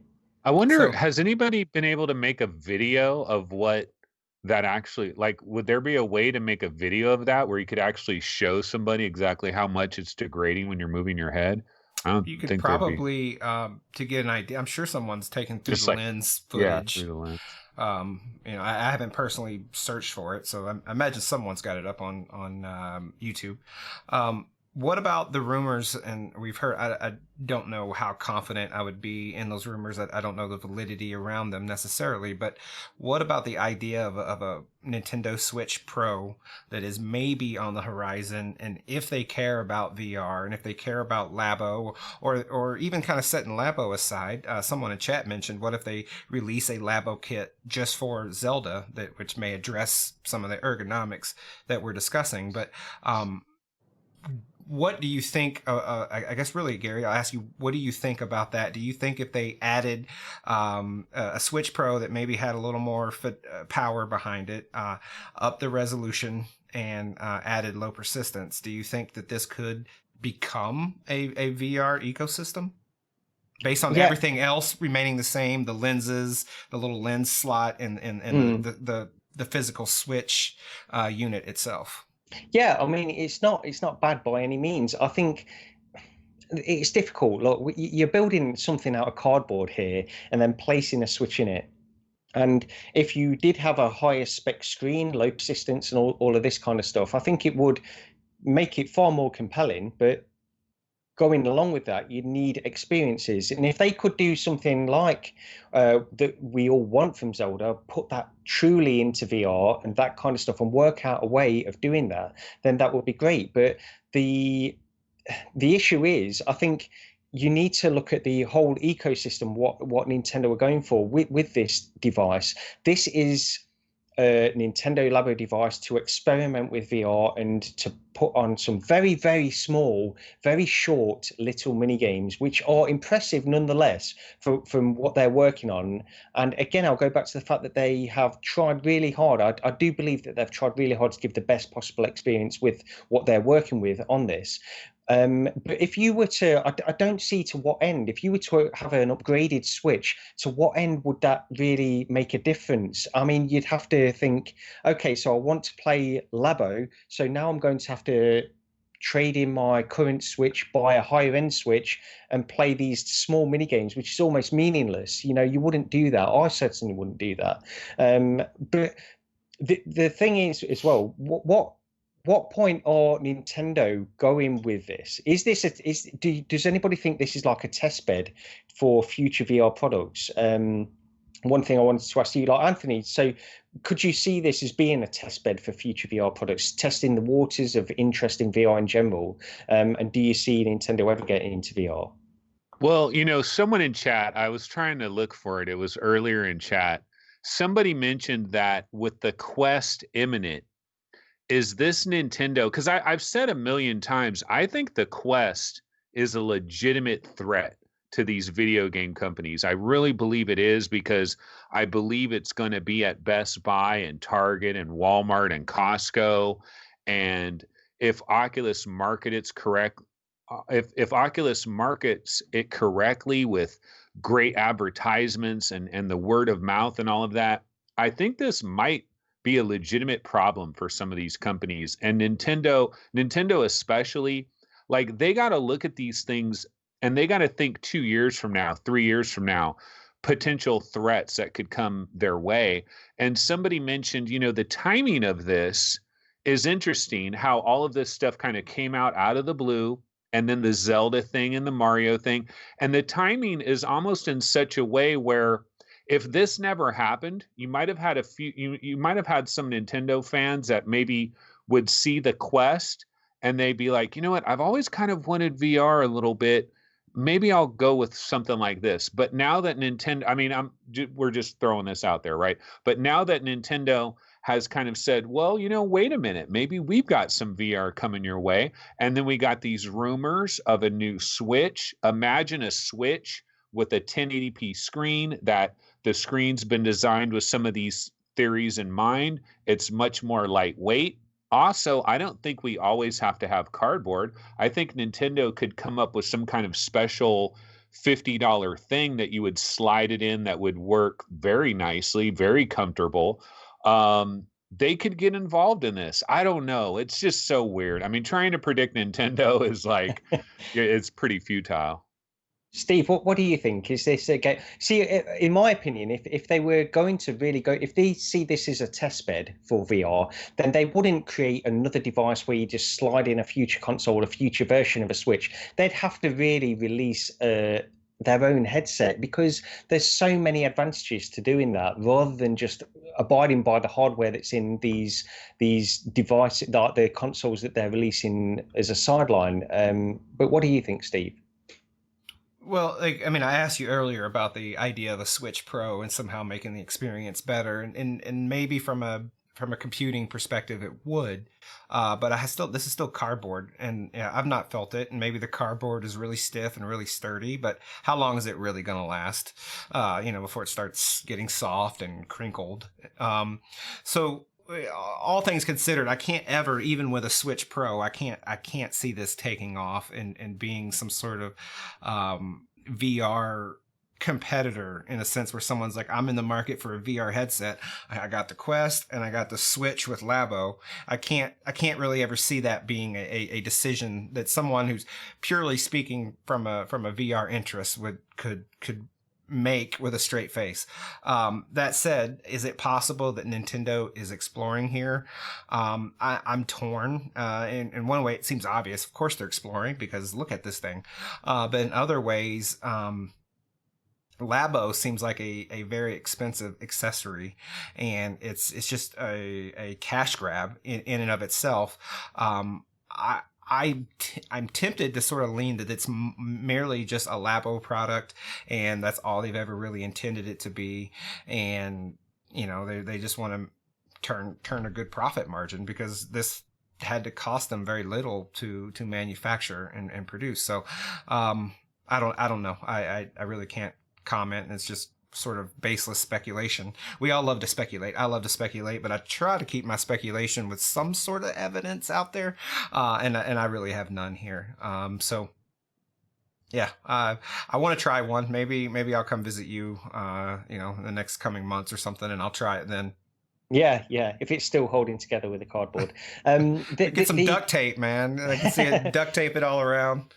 I do want to just finish off by saying I think it's a pretty good value product. £35 to, if you've already got a Switch, I recommend trying this thing out. It's not a big problem. You get many games included, and this kind of stuff, and then if you want to progress and get on to the other things that they're offering, the elephant edition and all this kind of stuff, you can do that as well. But I think what the price of this thing is pretty good actually, for what it's offering.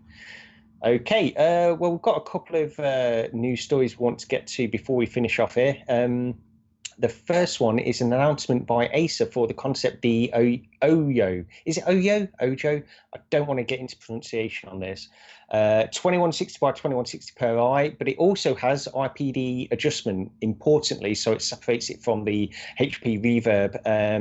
And that's a big deal, Acer. So these screens, these panels, these 2160 by 2160 panels are really getting out there now. We're seeing a couple of headsets that have been announced with these in place, and it gives us hope for, high-res panels from other manufacturers as well, I suppose.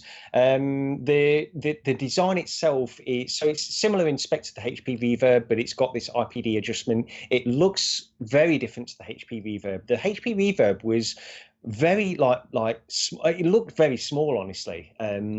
Even though they claim it has like a slightly larger field of view than some of the other headsets, the HP Reverb did look quite small. This Acer headset looks a little bit more bulky. It's a Windows mixed reality headset, so it's got the two cameras on front. It's also got integrated headphones as well. So it looks pretty cool, but it's slightly more bulky than the HP Reverb that we were used to. But Anthony, let me go to you first on this. What did you think of this announcement, and is it a reverb killer, as you mentioned on your show? You're muted. Yeah, so it's interesting. It's definitely an interesting headset. So one of the other things too is, like, we're seeing a picture here of it, and it has headphones on the side of it. But the way I understand it, like when they advertised it, they said something about a sound pipe, which to me sounds like, is the same thing as these headphones, or is it? No. I saw the reference to the audio pipe, and then I'm looking at headphones. When I hear audio pipe, I'm thinking like what Oculus is doing with it kind of coming out of the headband area, the temple area. I look at that and I just see headphones, so I'm confused. Yeah. So I'm thinking these headphones are optional, but I don't know for sure. The other thing too is this design is actually a snap-off design, where it could be used at like location-based entertainment centers and stuff, where they get the fit right of the other part, and then they just snap the thing on. I've seen this in certain like theme parks and stuff. They have this. So this is going to be able to do that. It's not really designed for consumers. And we don't even know if a consumer can possibly buy this without having like a business license or something. We have no idea what the price is. But yeah, it's attractive from the standpoint that if you looked at the HP Reverb, like I was pretty excited for the HP Reverb until I watched that tested video where they interviewed the guy from Hewlett Packard and they got the hands-on with it, and Jeremy Williams, because the Acer the HP guy was saying, yeah, we got this really huge sweet spot and all that, and we don't think the IPD is going to be a big deal because the sweet spot's so big. But Jeremy Williams was like, I didn't notice this big sweet spot. And then also the HP guy was like, well, we cheated per eye. You know, we cheated. We took a little of the FOV away per eye because it doesn't really matter, because when you combine it, it's like a perceived 114 degrees. And all of that like scares me when I hear all those kinds of things. And I'm like, just give me the damn IPD adjustment. I don't want this, I'm not going to trust you that you're going to make this unbelievable sweet spot that's going to work for everybody. So the idea that this has legit IPD adjustment is much more attractive to me personally. Also, you kind of wonder, well, these Acer products have normally been very cheap. I wouldn't expect this to be cheap, but maybe it could have been cheaper than the Reverb. It doesn't look as comfortable as the Reverb just looking at it externally. One other little thing I'll mention too is you go back to the January Consumer Electronics Show. Road to VR was there. They did a story on a prototype headset that could connect to a phone via a USB-C connector, where you could actually like do a standalone thing with it. And that was this, but it was the prototype of this. It was black. It didn't have the white front part of it. Didn't say 4K on the side of it. But if you go to Road to VR now, they have a new story on it, and they're like, yeah, we saw this in January, and it was connected to, or well, they were showing it connecting to a phone, like inside a glass case. They had a phone with USB. So we haven't heard that about this yet, but that's probably another shoe that's going to drop a little bit later when we find out more about this. Another downside, though, is like we have no idea when this is coming. Are you even going to be able to buy it this year? We know that the Reverb supposedly was like late April. We're still kind of waiting on that. But I want a 2160 by 2160 headset. I want to try one at the very least, even if the Valve Index is like Vive Pro Res and everything else about the Valve Index is really great. I still would love to see one of these 2160 by 2160s with my own two eyeballs and just see, like, is this the screen door eliminator that we've kind of been dreaming of? Yeah, so Steve, on this one, so with the gamut of VR headsets that have been announced over the past weeks and months, does this Acer headset really stand out above anything else, and are you tempted by it at all? Well, at a glance, it stands out in that it looks to be a better option than the HP Reverb on the surface. The HP Reverb didn't have it has headphones, right? So many headsets, it's hard to keep them all straight. But Yeah, the lack of the IPD, I'm thinking the Rift S. So because of the IPD, pound for pound, it looks like the Acer has something else going for it. But the Reverb, a lot of people said it was super comfortable. Cosmetically, I think the Acer looks better, even though it looks like some sort of contraption from the future. The HP Reverb had this weird like carpet looking front to it. Like, my God, it's weird. Like, it reminded me of like the old shag carpet from the 70s. Now, it didn't look as thick, but like I don't know why anybody would want like any sort of surface to look carpeted. Especially on a tech gadget. It's just super weird. But so I don't know. Like, I think as interesting as all the headsets and they're all coming out of the woodwork, as interesting as it is, I think we have to all hold serve and just see what Valve is doing. A lot of people, and I think maybe you, Anthony, you think there's high chances that Valve is going to go with these 2160 screens. And it's certainly possible.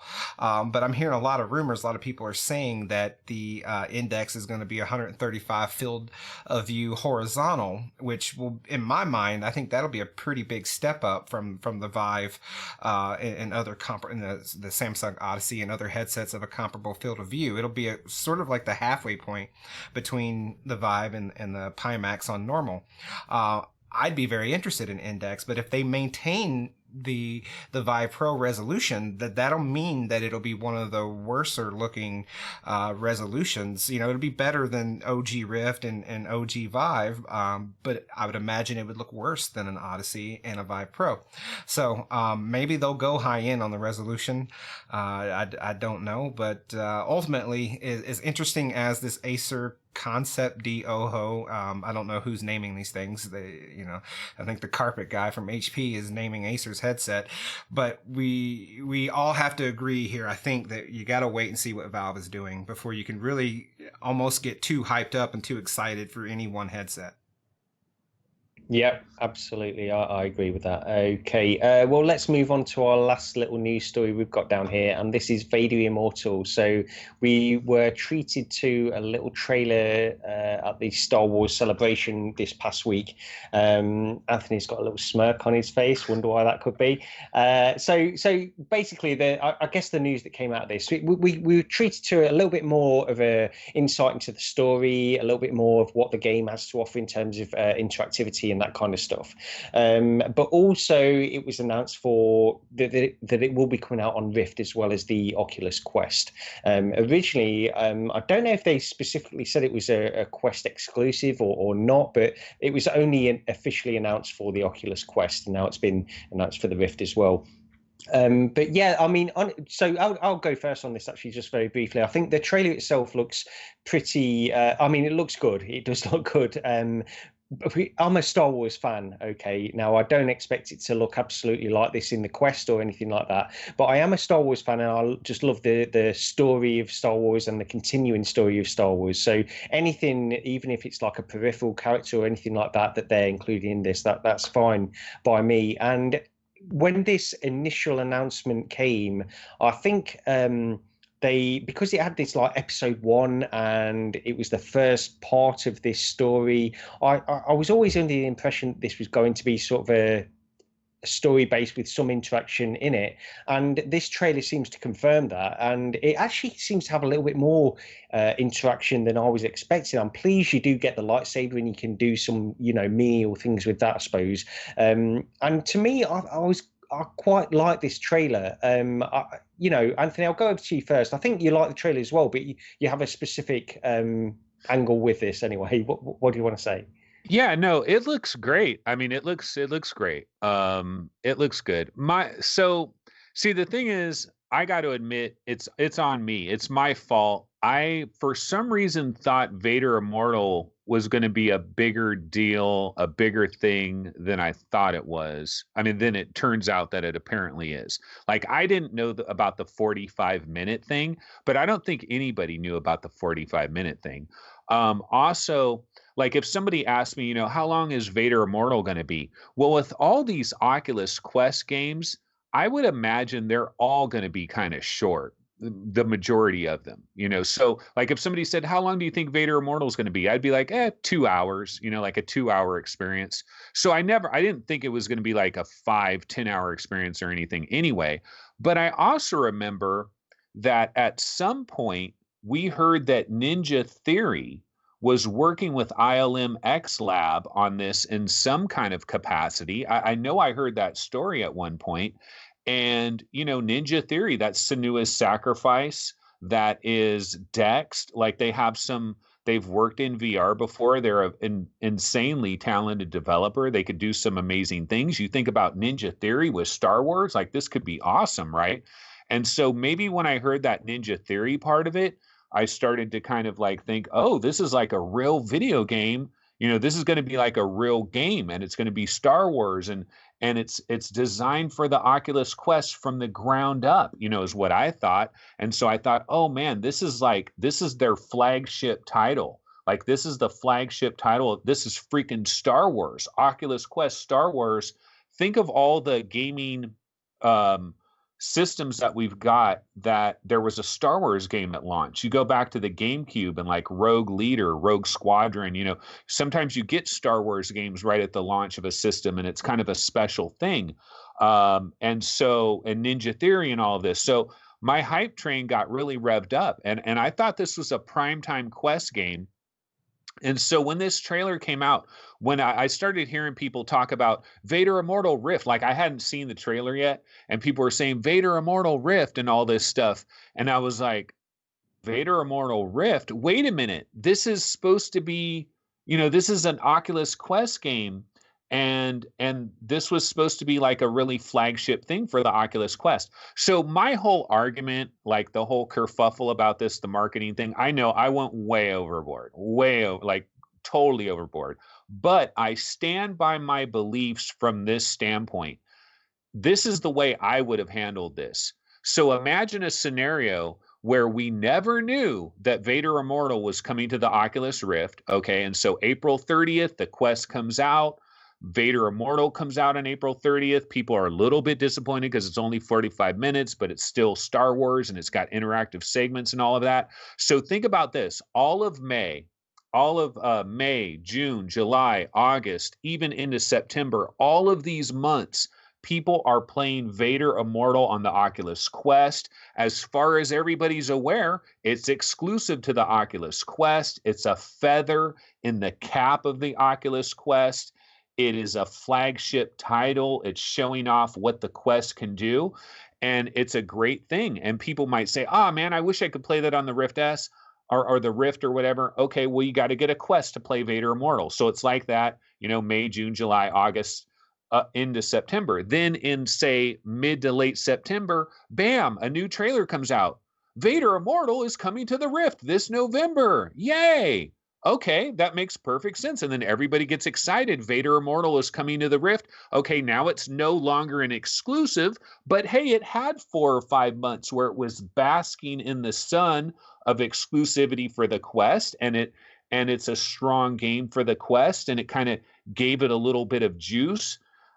The way I look at it is like when this announcement came out, it's like a balloon got popped, a Quest balloon got popped. Now, maybe I was wrong to put my hype in this balloon, and maybe I was wrong to think that Vader Immortal was like a big thing like maybe I was completely out of bounds thinking all of these things, and like I was off on my own little world with that. But I felt like when this got announced for like Rift and stuff, I felt like a lot of the hype just got it just, it fizzled out.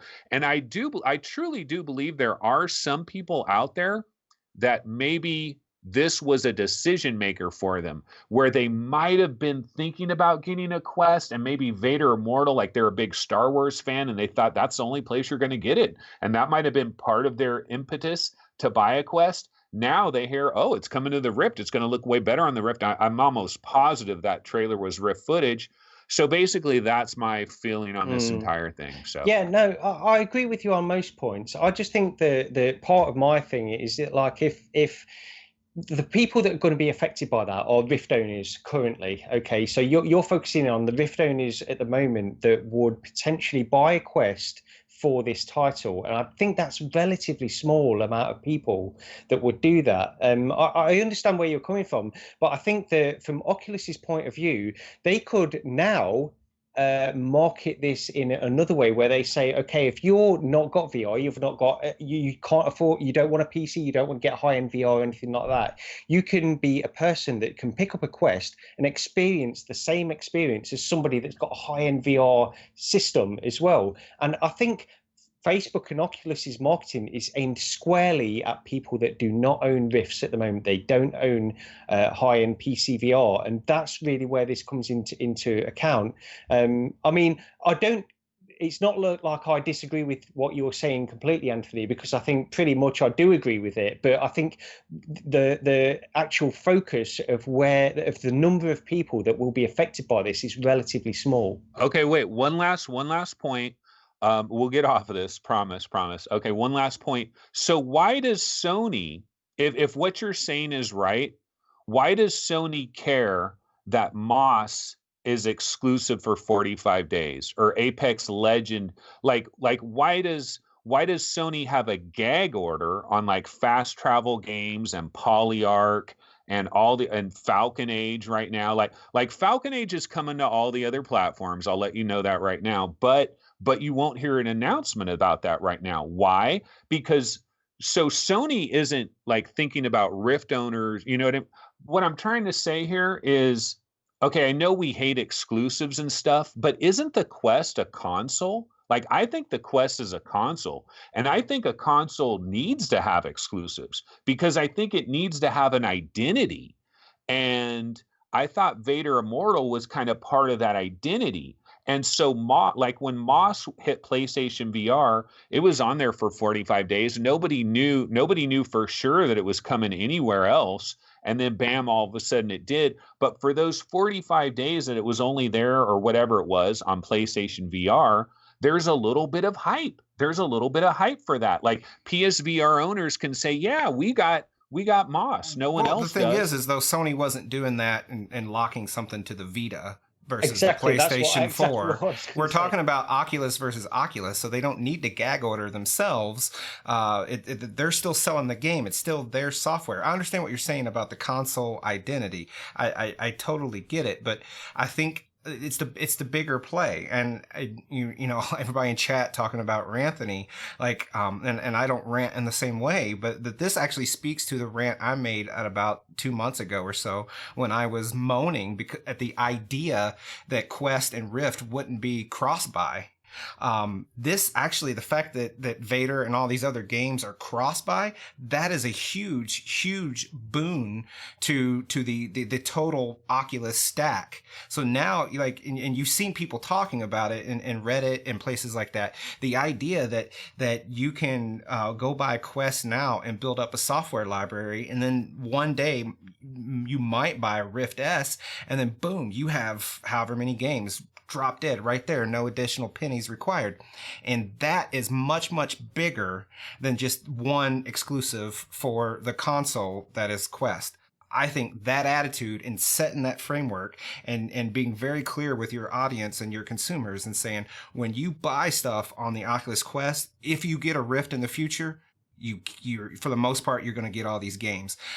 Likewise, vice versa. You know, maybe you're not ready to jump in on Quest, you're saving your pennies, but don't worry about investing in the Oculus ecosystem, because we're going to have you covered with the other hardware. I think that speaks far more than any one particular exclusive for the Quest.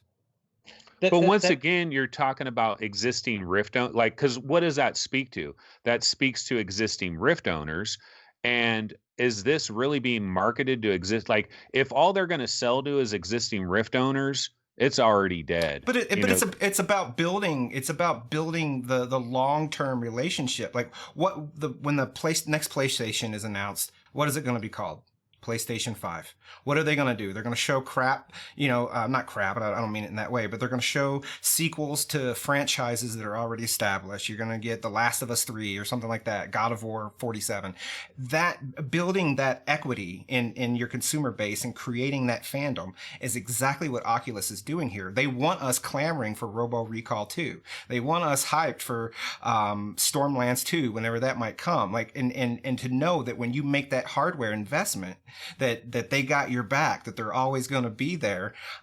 That's the bigger play. They want to get the ecosystem on lock, get that ecosystem locked down, get people inside.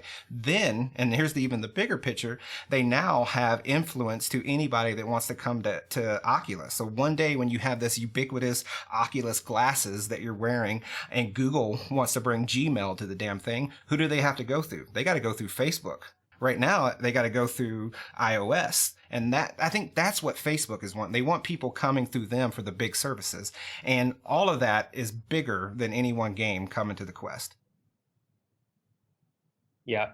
I will say, like, if this title was a bigger title, and I think, Anthony, that would make sense. If this was like the humongous thing that we would love, there is some weight to the argument there that this would be a great, achievement for them to get to the Oculus Quest and get people on board with that kind of stuff. But it's not that, it's just a small kind of thing. And I think, you mentioned that as well earlier. But either way, I'll probably be picking up the Vader Immortal episode 1 on Quest when I pick one of those up, and I'll try it on my Rift as well. So, is that pretty much it? Does anybody want to mention anything else before we get out of here? So I would like to knock out one of the other games. We sort of owed some coverage on.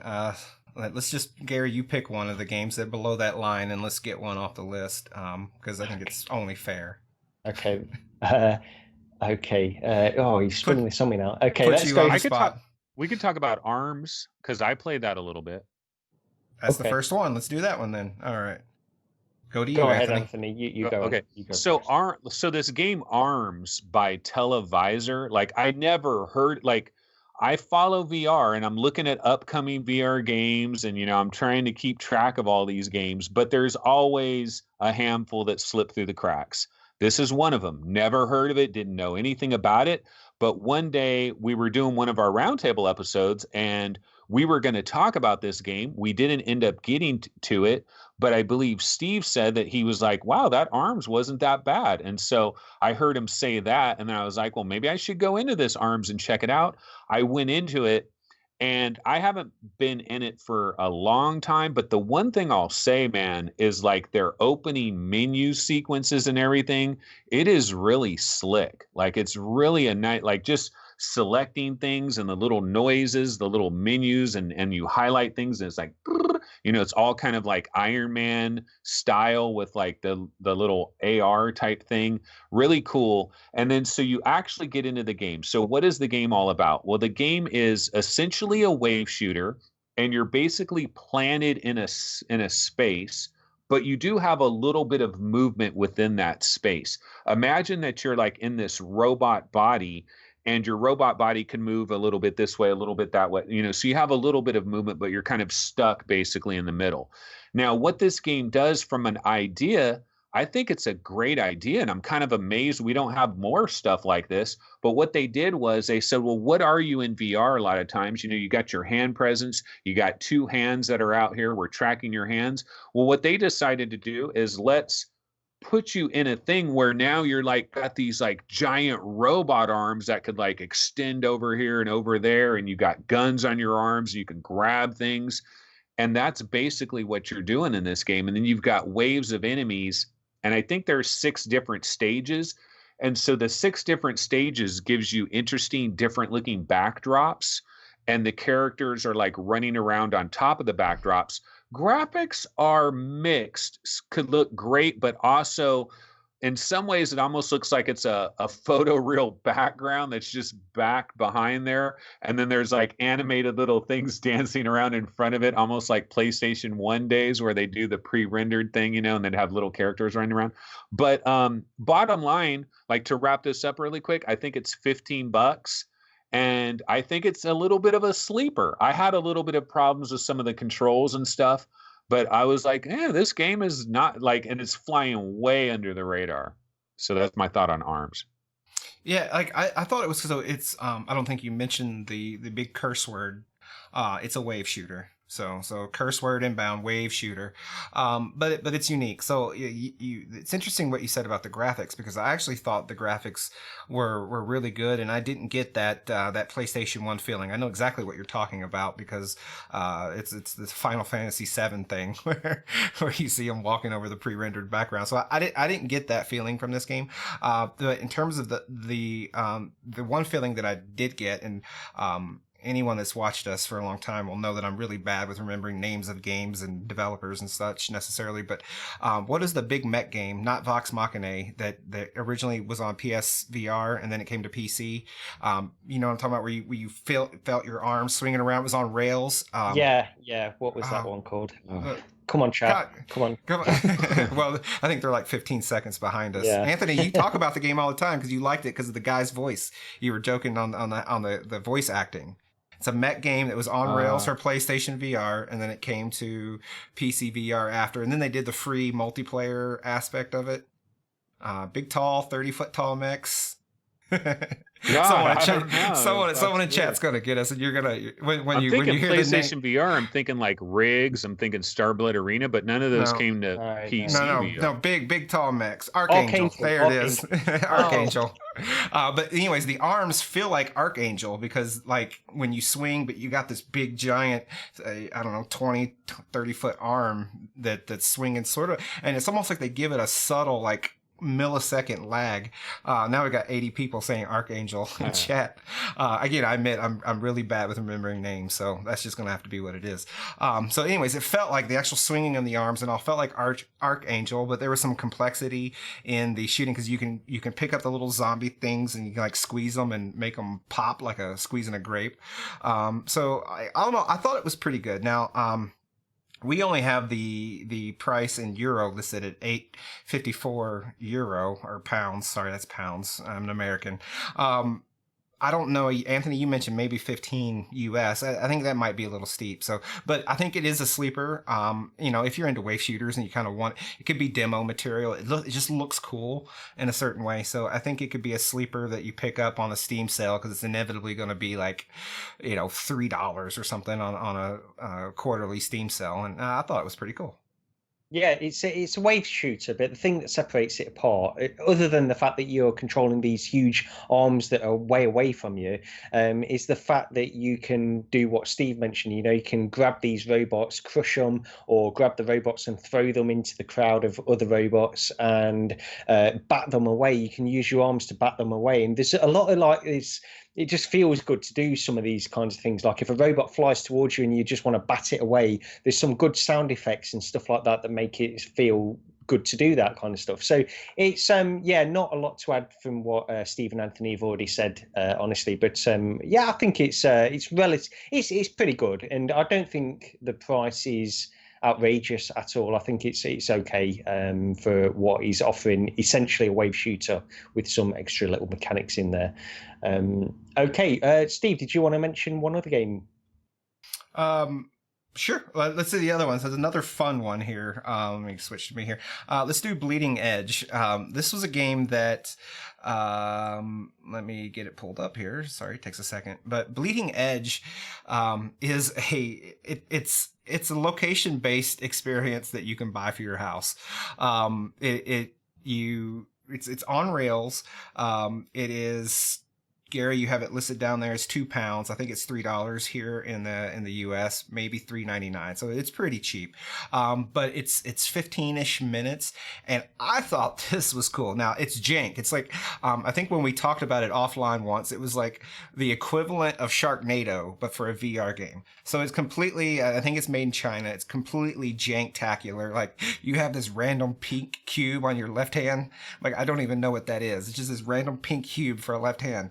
But then you have a gun in your other hand, and you're just on the back of this Jeep as it's tearing through the jungle, and you're just shooting dinosaurs, sort of in a arcade House of the Dead type play style. And then out of nowhere, and the trailer shows it, you have this Transformers like Dinobot looking thing, like just completely random. So it's the thing I like about this game is that it's cheap, and that it can't take itself too serious, and it's almost like should become like a meme or something. It's just so silly and so goofy, but also cool in some ways. Like if this was like meant to be like a $20 game and they were taking it super serious, then I would say it's pretty bad. But with it only being $3, you can almost get the again, like I say, Sharknado. It just becomes this weird thing that exists, and I thought it was pretty fun for that element of it. What do you guys think? Yeah, it's pure arcade. I mean, this is sort of almost 90s arcade kind of thing, really. Did you have the thing where you're holding this gun and you just have to shoot the placements where it tells you? But did you have the thing where it felt a little bit like the Oculus Go kind of controller? You didn't have full motion of the gun. Maybe it was a little bit. No, I was using the Vive ones because I played it on the Pimax, and the angle didn't feel quite right either. But I just chalk that up to the Vive ones that I can't stand. So I would have to play it with a touch or a I guess we're going to call them index controllers. I'm going to call them Knuckles controllers. Knuckles sounds way better. But yeah, if I was playing with one of those controllers, I'd probably like it better. But yeah, it didn't feel exactly right. But that goes back into it. Like, yes, it's jank. Yeah. And it's cool. It's just let it do its thing. Like I almost appreciate the jank. I think it makes it better in some ways. Yeah, I mean, you played through this game. How long does it take? It's like 5 minutes or something like that to play through the entire thing, honestly. But it's this spectacle of what it's offering. It's throwing everything at you, and it's just like it's just an action movie in your face, and literally in your face what it's trying to throw at you.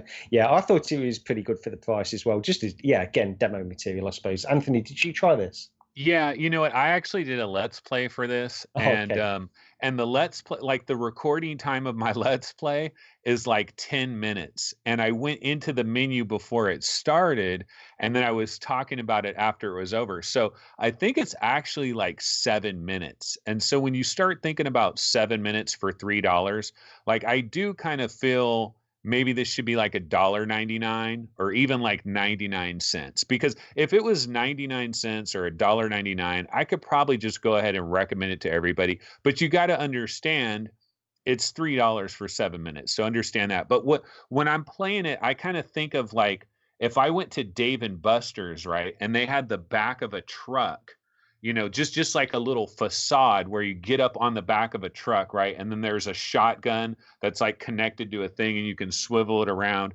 and then the truck is like bouncing. This would be like what you would experience on a 7-minute ride, where you're on the back of a truck and the truck is stopping and then starting, and then you're shooting and stuff. It's fun. And I mean, some of the scenes, you almost feel like they actually like watched Jurassic Park and watched some scenes of the raptors and then just basically said, okay, yeah, here's these raptors running after somebody. Okay, now let's just digitalize that and make it into a game. It's kind of what they did. There's pterodactyls and stuff like that. Yeah. Okay, well, I guess that's pretty much it for this week. We have been going a little bit longer than I expected on this week's episode. So just a quick reminder to everybody, we won't have an episode next Sunday, but we will be back the following week, and we'll be enjoying the ramp up to the release of the Quest, the Rift S, and, the Valve Index. Maybe, yeah, we never know. Maybe it'll come out when we're gone. These things are still oddly not dated. Like neither headset is dated, which is just weird. Oculus Rifts are sold out, but then there's reports that they're trickling back into Best Buy. So I don't know. I think we all assumed that we would be getting into this in late April, but at this point, I'm not. Maybe not. It'll be June for we're talking about this stuff. It's got to be F8. It's got to be. Yeah, I mean, I agree with you. It does have to be. Like, it makes all the sense in the world. It should be, but then again, it made sense for a Rift S to be March 28th too. So, anyways, just throw that out there. And last week when we took off, a lot of people made suggestions of bringing a special guest in and things like that. I want to appreciate everybody for reaching out. This coming week, though, we can't take any suggestions because quite literally all four of us are going out of town. So there'd be no possible way to record. So we're definitely taking it off. Yeah. But yeah, we'll be back, as I say, with a vengeance the following week. So check us out then. And yeah, thank you to everyone joining us in chat. Thank you for the super chats. Tony M also made a super chat as well. I don't know if I mentioned that one earlier on in the show. So thank you to all the super chatters. And I guess we'll see you next time, a couple of weeks. Hope to see you then. Alrighty. Bye. Bye.